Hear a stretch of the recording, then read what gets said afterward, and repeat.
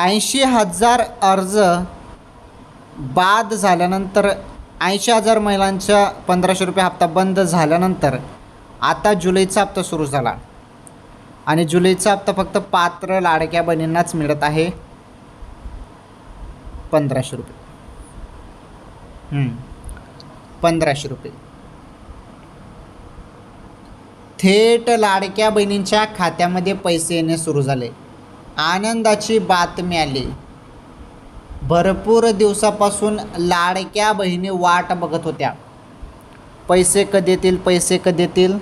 तर जुलैचे आता 25 ते 30 जुलै या तारखेदरम्यान जुलैचे पात्र लाडक्या बहिणींच्या खात्यामध्ये 1,500 रुपये जमा होणार आहेत. ही सर्वात मोठी खुशखबर आहे. थोडी वाट बघा, पैसे येतील आता. ओके.